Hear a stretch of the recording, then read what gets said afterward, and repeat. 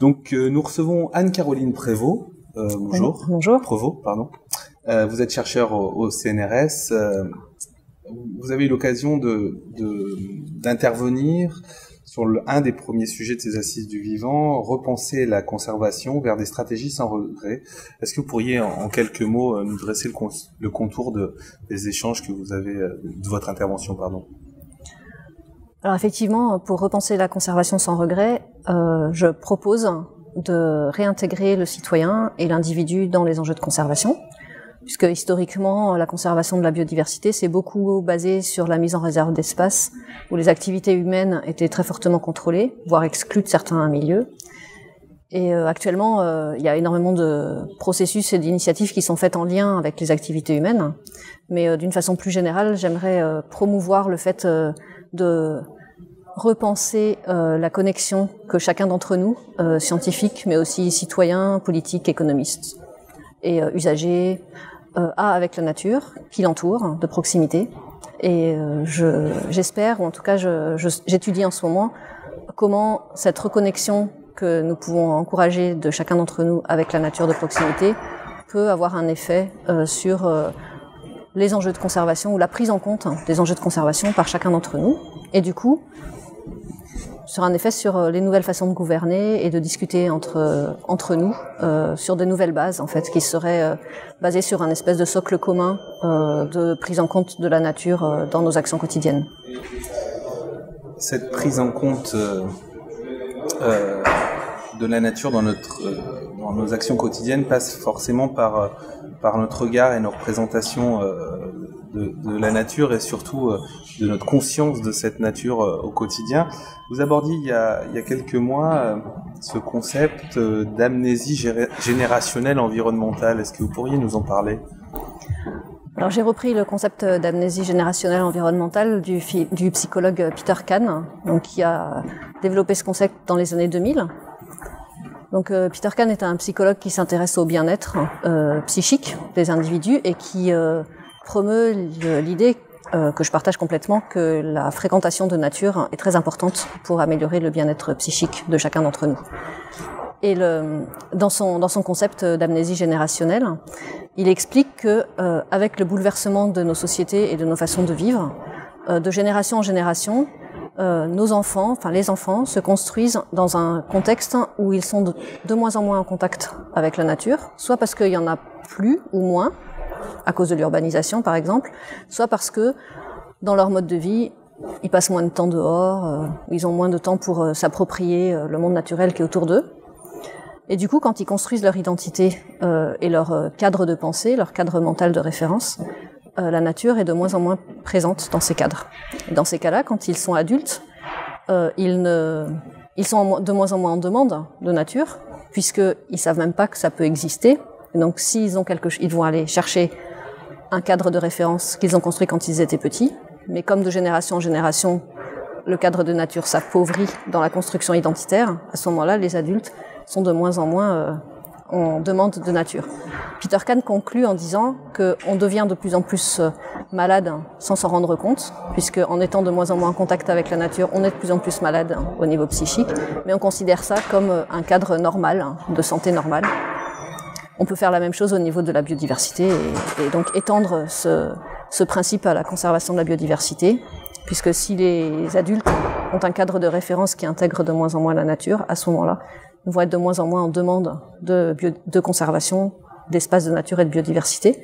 Et ici, justement, ce concept d'amnésie générationnelle environnementale rejoint le principe ou l'hypothèse d'extinction de l'expérience qui a été promulguée par des écologues à peu près dans les mêmes années, qui étaient Robert Pyle et Jim Miller, à cause de l'urbanisation. Je voudrais illustrer cette idée expérientielle par une idée d'enfance et de rapport à la nature dans la co-construction et dans le jeu.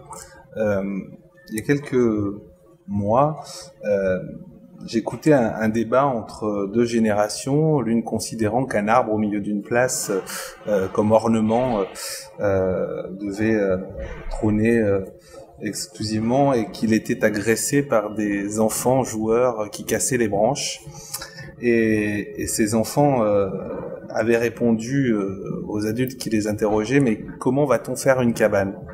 Et ce jour-là, je m'étais posé la question de ce rapport expérientiel. Si la nature est bonne à penser, elle est sans doute aussi bonne à jouer dès le plus jeune âge, pour être en reliance pleine et entière avec, entre guillemets, notre Madeleine de Proust.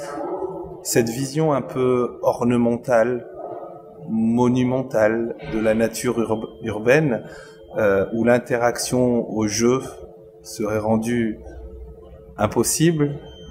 Où peut-on imaginer aujourd'hui construire cette cabane? C'est une bonne question. Où est-ce qu'on peut construire une cabane quand on habite en ville? Ça rejoint un petit peu des questionnements que j'ai envie de poser souvent à la façon qu'ont les parents ou que nous avons tous de rappeler souvent nos enfants à l'ordre quand ils vont se salir ou quand on a l'impression qu'ils se mettent en danger, quand ils vont jouer dehors ou quand ils vont patauger dans la boue. Effectivement, je pense que tout ça, toute cette façon de communiquer ou d'éduquer nos enfants, que ce soit dans le cadre familial ou à l'école, participe à cette extinction de l'expérience, ou en tout cas pourrait participer si on n'y prend pas garde.